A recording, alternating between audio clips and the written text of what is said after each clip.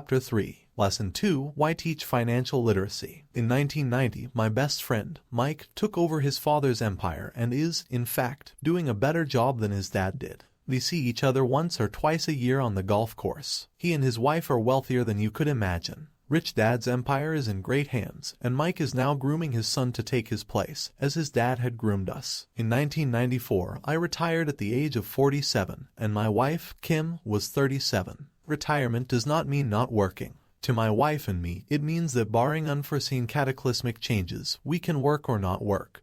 And our wealth grows automatically, staying way ahead of inflation. I guess it means freedom. The assets are large enough to grow by themselves. It's like planting a tree. You water it for years and then one day it doesn't need you anymore. Its roots have gone down deep enough. Then, the tree provides shade for your enjoyment. Mike chose to run the empire and I chose to retire. Whenever I speak to groups of people, they often ask what I would recommend or what could they do. How do they get started? Is there a good book I would recommend? What should they do to prepare their children? What is the secret to success? How do I make millions? I am always reminded of this article I was once given. It goes as follows. The richest businessmen. In 1923, a group of our greatest leaders and richest businessmen held a meeting at the Edgewater Beach Hotel in Chicago. Among them were Charles Schwab, head of the largest independent steel company, Samuel N. Still, president of the world's largest utility, Howard Hopson, head of the largest gas company, Ivar Kruger, president of the International Match Co., one of the world's largest companies at that time,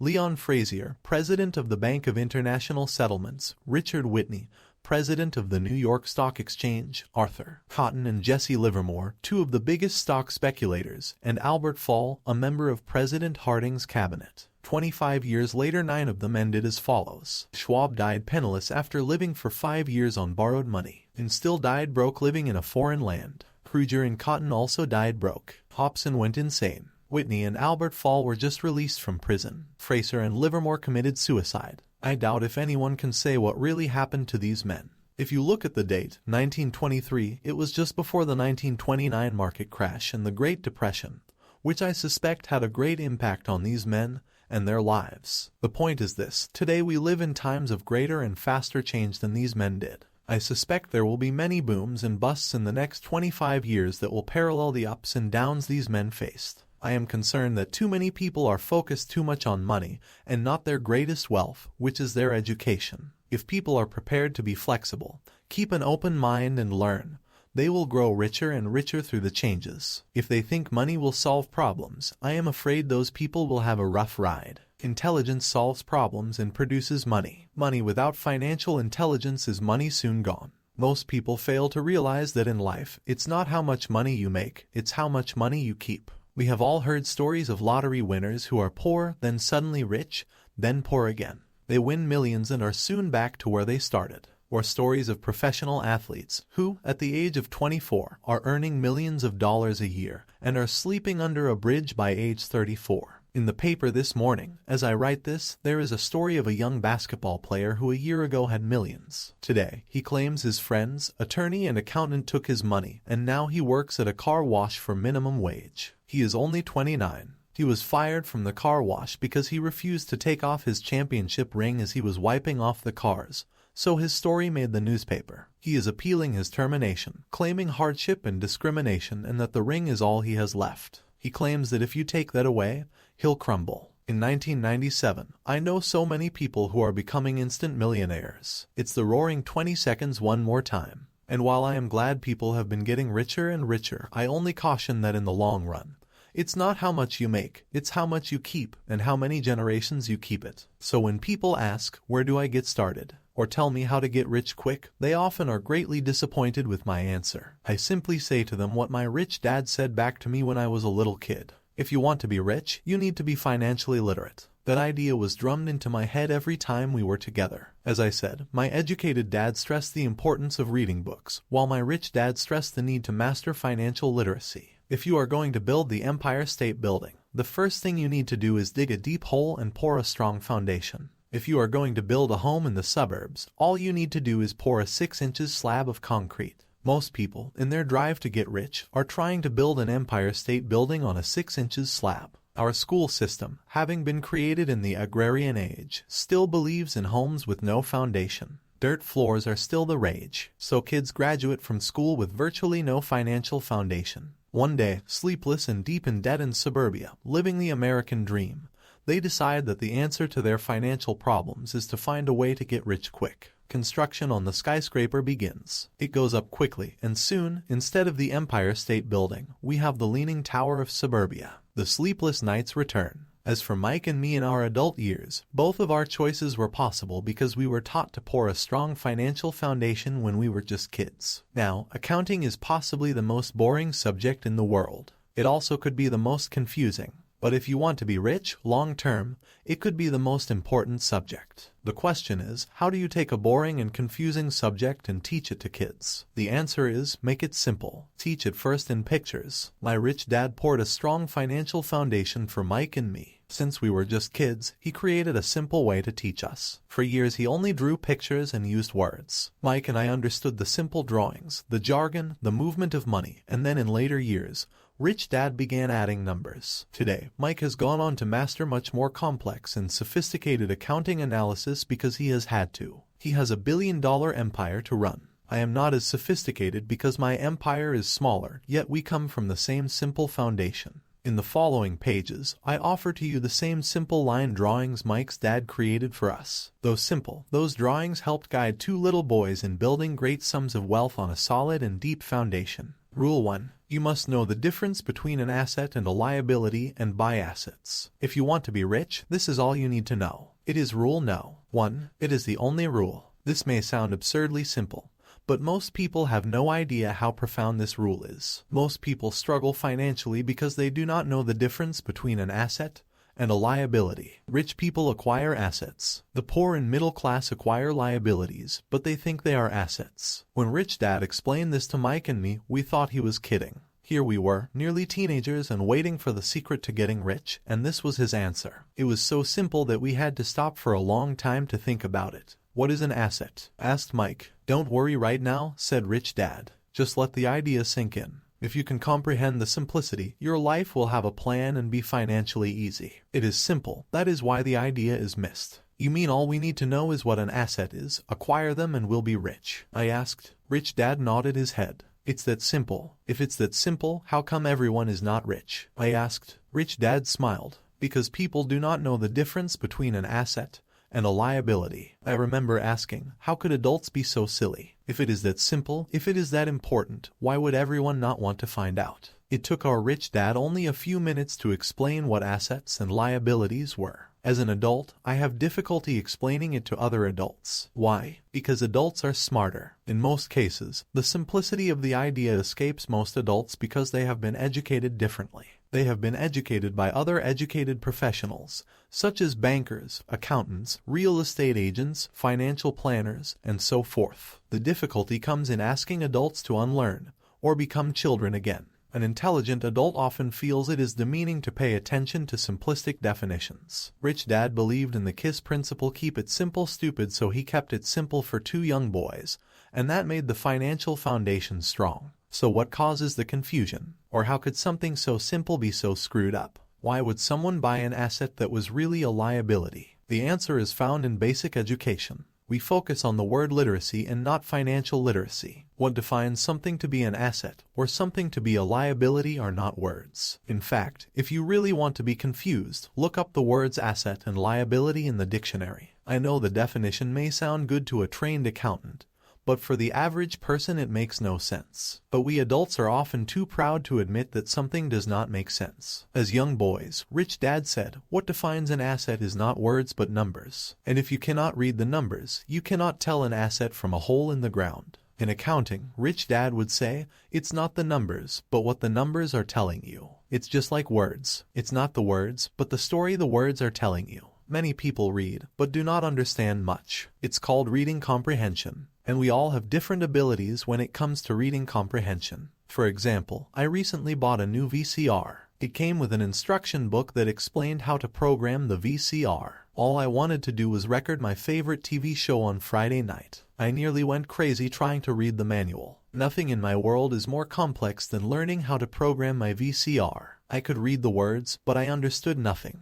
I get an F for recognizing the words. I get an F for comprehension. And so it is with financial statements for most people. If you want to be rich, you've got to read and understand numbers. If I heard that once, I heard it 1,000 times from my rich dad. And I also heard, the rich acquire assets and the poor and middle class acquire liabilities. Here is how to tell the difference between an asset and a liability. Most accountants and financial professionals do not agree with the definitions, but these simple drawings were the start of strong financial foundations for two young boys. To teach pre-teen boys, Rich Dad kept everything simple, using as many pictures as possible, as few words as possible, and no numbers for years. This is the cash flow pattern of an asset.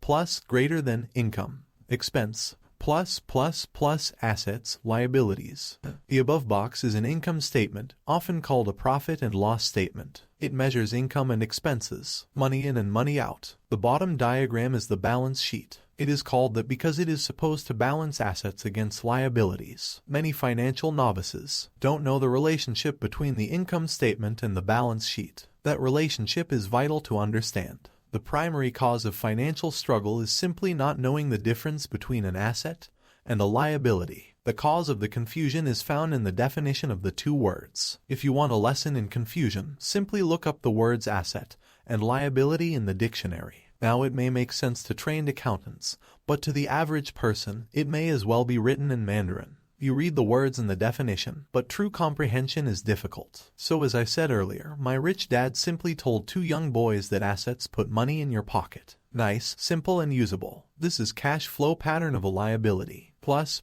income. Expense, plus greater than plus assets, liabilities. Now that assets and liabilities have been defined through pictures, it may be easier to understand my definitions in words. An asset is something that puts money in my pocket. A liability is something that takes money out of my pocket. This is really all you need to know. If you want to be rich, simply spend your life buying assets. If you want to be poor or middle class, spend your life buying liabilities. It's not knowing the difference that causes most of the financial struggle in the real world. Illiteracy, both in words and numbers, is the foundation of financial struggle. If people are having difficulties financially, there is something that they cannot read, either in numbers or words. Something is misunderstood. The rich are rich because they are more literate in different areas than people who struggle financially. So if you want to be rich and maintain your wealth, it's important to be financially literate, in words as well as numbers. The arrows in the diagrams represent the flow of cash, or cash flow. Numbers alone really mean little, just as words alone mean little. It's the story that counts. In financial reporting, reading numbers is looking for the plot, the story of where the cash is flowing. In 80% of most families, the financial story is a story of working hard in an effort to get ahead, not because they don't make money. For instance, this is the cash flow pattern of a poor person, or a young person still at home, but because they spend their lives buying liabilities instead of assets. Job greater than expenses, taxes, food, rent, clothes, fun. Transportation asset. Liability. This is the cash flow pattern of a person in the middle class. Job greater than expenses, taxes, food, mortgage, clothes, fun. Transportation asset. Liability. This is the cash flow pattern of a wealthy person. Assets greater than income. Liabilities. All of these diagrams were obviously oversimplified. Everyone has living expenses, the need for food, shelter, and clothing. The diagrams show the flow of cash through a poor, middle class, or wealthy person's life. It is the cash flow that tells the story. It is the story of how a person handles their money, what they do after they get the money in their hand. The reason I started with the story of the richest men in America is to illustrate the flaw in the thinking of so many people. The flaw is that money will solve all problems. That is why I cringe whenever one hear people ask me how to get rich quicker, or where do they start. I often hear, I'm in debt so I need make more money. But more money will often not solve the problem. In fact, it may actually accelerate the problem. Money often makes obvious our tragic human flaws. Money often puts a spotlight on what we do not know. That is why, all too often, a person who comes into a sudden windfall of cash, let's say an inheritance, a pay raise or lottery winnings, soon returns to the same financial mess, if not worse than the mess they were in before they received the money. Money only accentuates the cash flow pattern running in your head. If your pattern is to spend everything you get, most likely an increase in cash will just result in an increase in spending. Thus, the saying, a fool and his money is one big party. I have said many times that we go to school to gain scholastic skills and professional skills, both important. We learn to make money with our professional skills. In the 1960s, when I was in high school, if someone did well in school academically, almost immediately people assumed this bright student would go on to be a medical doctor. Often no one asked the child if they wanted to be a doctor. It was assumed. It was the profession with the promise of the greatest financial reward. Today, doctors are facing financial challenges I would not wish on my worst enemy. Insurance companies taking control of the business, managed health care, government intervention, and malpractice suits, to name a few. Today, kids want to be basketball stars, golfers like Tiger Woods, computer nerds, movie star, rock stars, beauty queens, or traders on Wall Street. Simply because that is where the fame, money, and prestige is. That is the reason it is so hard to motivate kids in school today. They know that professional success is no longer solely linked to academic success, as it once was. Because students leave school without financial skills, millions of educated people pursue their profession successfully, but later find themselves struggling financially. They work harder, but don't get ahead. What is missing from their education is not how to make money, but how to spend money, what to do after you make it. It's called financial aptitude, what you do with the money once you make it, how to keep people from taking it from you, how long you keep it, and how hard that money works for you. Most people cannot tell why they struggle financially because they don't understand cash flow. A person can be highly educated, professionally successful, and financially illiterate. These people often work harder than they need to because they learned how to work hard, but not how to have their money work for them. The story of Bo, the quest for a financial dream, turns into a financial nightmare. The moving picture show of hard-working people has a set pattern. Recently married, the happy, highly educated young couple move in together in one of their cramped rented apartments. Immediately, they realize that they are saving money because two can live as cheaply as one. The problem is, the apartment is cramped. They decide to save money to buy their dream home so they can have kids. They now have two incomes, and they begin to focus on their careers. Their incomes begin to increase. As their incomes go up, their expenses go up as well. One expense for most people is taxes. Many people think it's income tax, but for most Americans their highest tax is Social Security. As an employee, it appears as if the Social Security tax combined with the Medicare tax rate is roughly 7.5%. But it's really 15% since the employer must match the Social Security amount. In essence, it is money the employer cannot pay you. On top of that, you still have to pay income tax on the amount deducted from your wages for Social Security tax, income you never receive because it went directly to Social Security through withholding. Then, their liabilities go up. This is best demonstrated by going back to the young couple. As a result of their incomes going up, they decide to go out and buy the house of their dreams. Once in their house, they have a new tax called property tax. Then, they buy a new car, new furniture, and new appliances to match their new house. All of a sudden, they wake up and their liabilities column is full of mortgage debt and credit card debt. They're now trapped in the rat race. A child comes along. They work harder. The process repeats itself. More money and higher taxes, also called bracket creep. A credit card comes in the mail. They use it. It maxes out. A loan company calls and says their greatest asset, their home, has appreciated in value.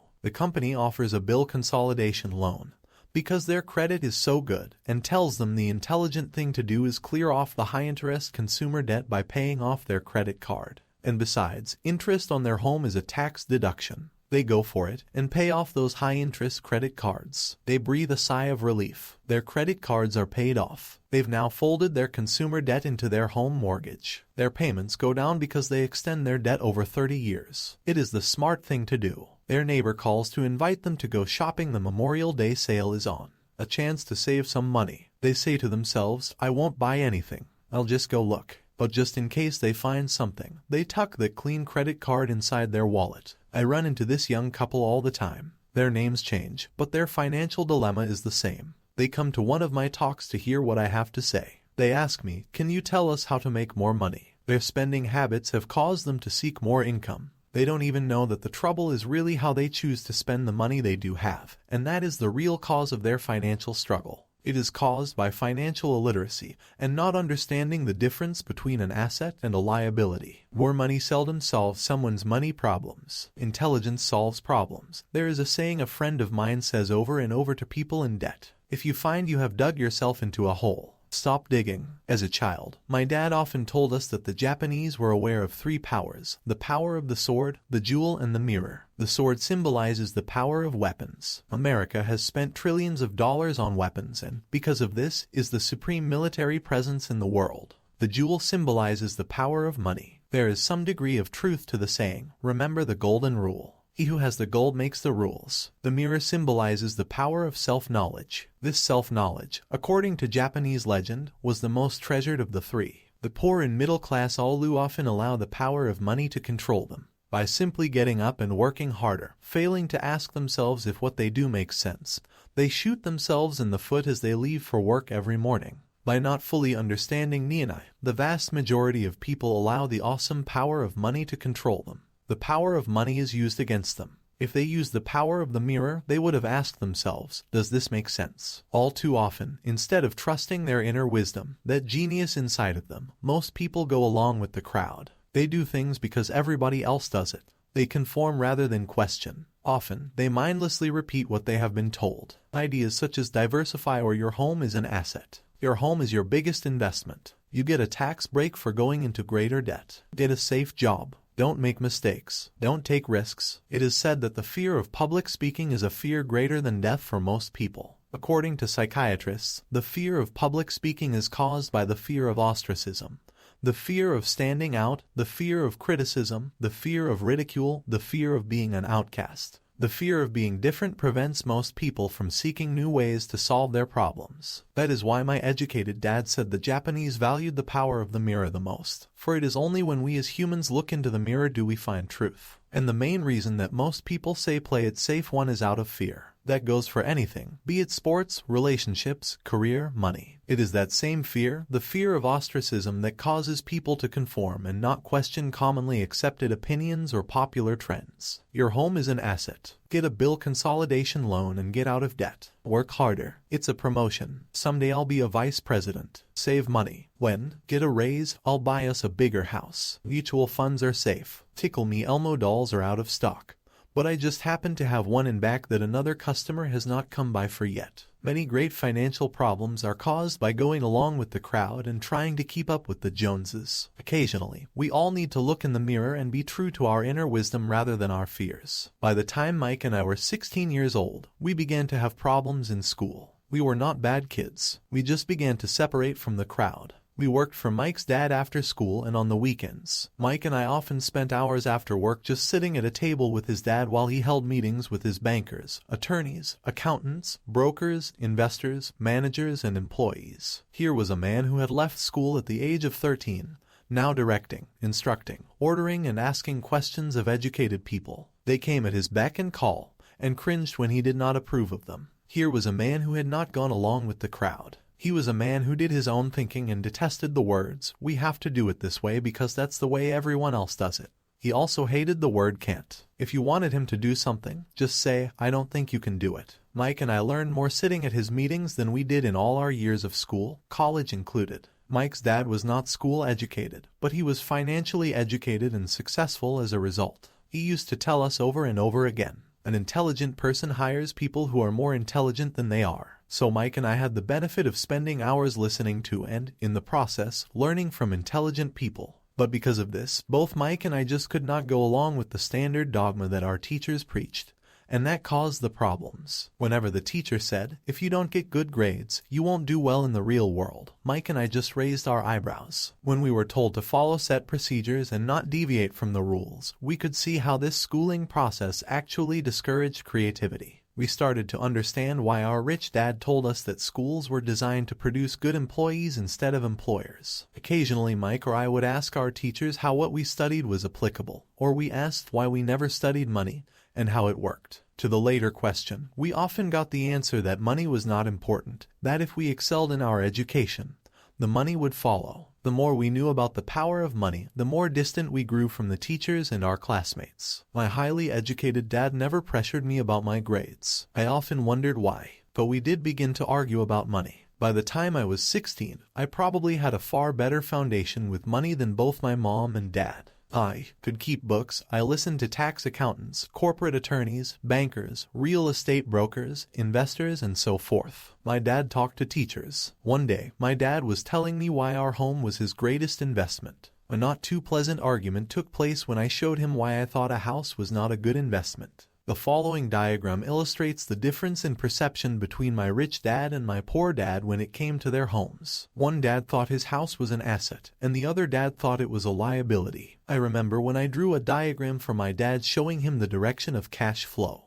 I also showed him the ancillary expenses that went along with owning the home. A bigger home meant bigger expenses, and the cash flow kept going out through the expense column. Today, I am still challenged on the idea of a house not being an asset. And one know that for many people, it is their dream as well as their largest investment. And owning your own home is better than nothing. I simply offer an alternate way of looking at this popular dogma. If my wife and I were to buy a bigger, more flashy house, we realize it would not be an asset. It would be a liability, since it would take money out of our pocket. So here is the argument I put forth. I really do not expect most people to agree with it because a nice home is an emotional thing. And when it comes to money, high emotions tend to lower financial intelligence. One know from personal experience that money has a way of making every decision emotional. 1. When it comes to houses, I point out that most people work all their lives paying for a home they never own. In other words, most people buy a new house every so many years, each time incurring a new 30-year loan to pay off the previous one. 2. Even though people receive a tax deduction for interest on mortgage payments, they pay for all their other expenses with after-tax dollars, even after they pay off their mortgage. 3. Property taxes. My wife's parents were shocked when the property taxes on their home went to $1,000 a month. This was after they had retired, so the increase put a strain on their retirement budget, and they felt forced to move. 4. Houses do not always go up in value.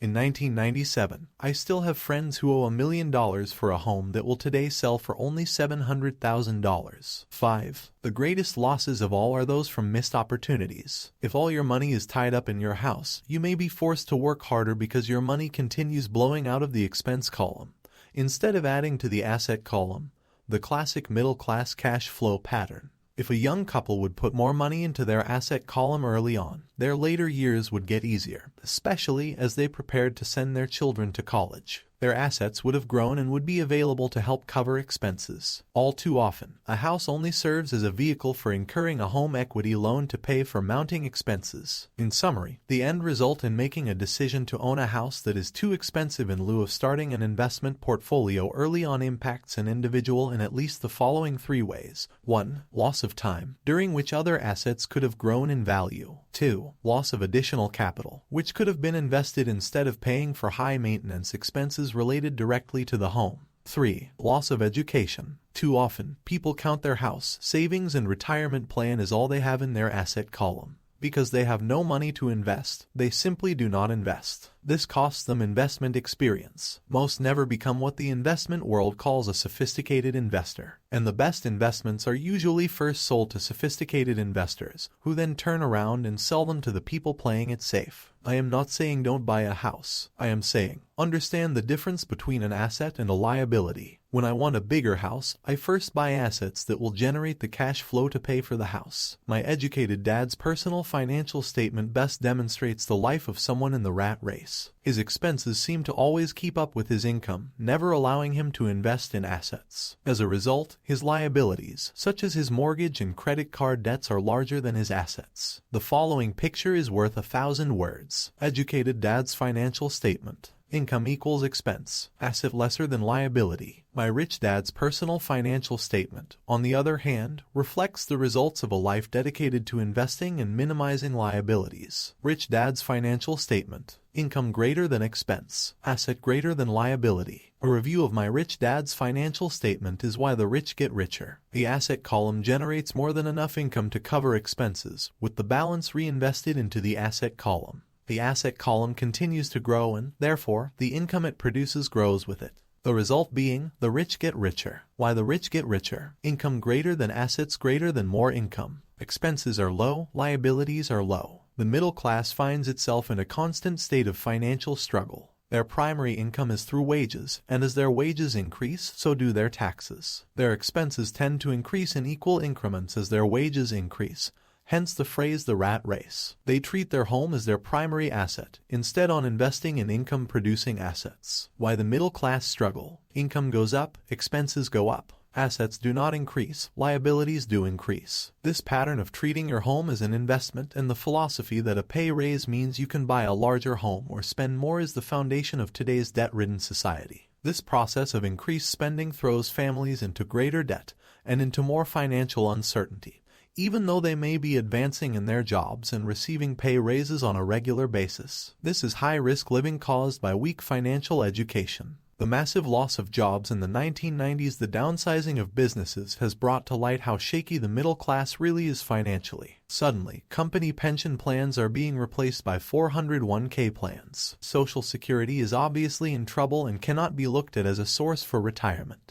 Panic has set in for the middle class. The good thing today is that many of these people have recognized these issues and have begun buying mutual funds. This increase in investing is largely responsible for the huge rally we have seen in the stock market. Today, there are more and more mutual funds being created to answer the demand by the middle class. Mutual funds are popular because they represent safety. Average mutual fund buyers are too busy working to pay taxes and mortgages, save for their children's college and pay off credit cards. They do not have time to study to learn how to invest, so they rely on the expertise of the manager of a mutual fund. Also, because the mutual fund includes many different types of investments, they feel their money is safer because too is diversified. This group of educated middle class subscribes to the diversify dogma put out by mutual fund brokers and financial planners. Play it safe. Avoid risk. The real tragedy is that the lack of early financial education is what creates the risk faced by average middle class people. The reason they have to play it safe is because their financial positions are tenuous at best. Their balance sheets are not balanced. They are loaded with liabilities, with no real assets that generate income. Typically, their only source of income is their paycheck. Their livelihood becomes entirely dependent on their employer. So when genuine deals of a lifetime come along, those same people cannot take advantage of the opportunity. They must play it safe simply because they are working so hard, are taxed to the max, and are loaded with debt. As I said at the start of this section, the most important rule is to know the difference between an asset and a liability. Once you understand the difference, concentrate your efforts on only buying income-generating assets. That's the best way to get started on a path to becoming rich. Keep doing that, and your asset column will grow. Focus on keeping liabilities and expenses down. This will make more money available to continue pouring into the asset column. Soon, the asset base will be so deep that you can afford to look at more speculative investments. Investments that may have returns of 100% to infinity. Investments that for $5,000 are soon turned into $1 million or more. Investments that the middle class calls too risky. The investment is not risky. It's the lack of simple financial intelligence, beginning with financial literacy, that causes the individual to be too risky. If you do what the masses do, you get the following picture. Income equals work for owner. Expense equals work for government. Asset equals liability equals work for bank. As an employee who is also a homeowner, your working efforts are generally as follows. 1. You work for someone else. Most people, working for a paycheck, are making the owner or the shareholders richer. Your efforts and success will help provide for the owner's success and retirement. 2. You work for the government. The government takes its share from your paycheck before you even see it. By working harder, you simply increase the amount of taxes taken by the government. Most people work from January to May just for the government. 3. You work for the bank. After taxes, your next largest expense is usually your mortgage and credit card debt. The problem with simply working harder is that each of these three levels takes a greater share of your increased efforts. You need to learn how to have your increased efforts benefit you and your family directly. Once you have decided to concentrate on minding your own business, how do you set your goals? For most people, they must keep their profession and rely on their wages to fund their acquisition of assets. As their assets grow, how do they measure the extent of their success? When does someone realize that they are rich, that they have wealth? As well as having my own definitions for assets and liabilities, I also have my own definition for wealth. Actually, I borrowed it from a man named Buckminster Fuller. Some call him a quack, and others call him a living genius. Years ago, he got all the architects buzzing because he applied for a patent in 1961 for something called a geodesic dome.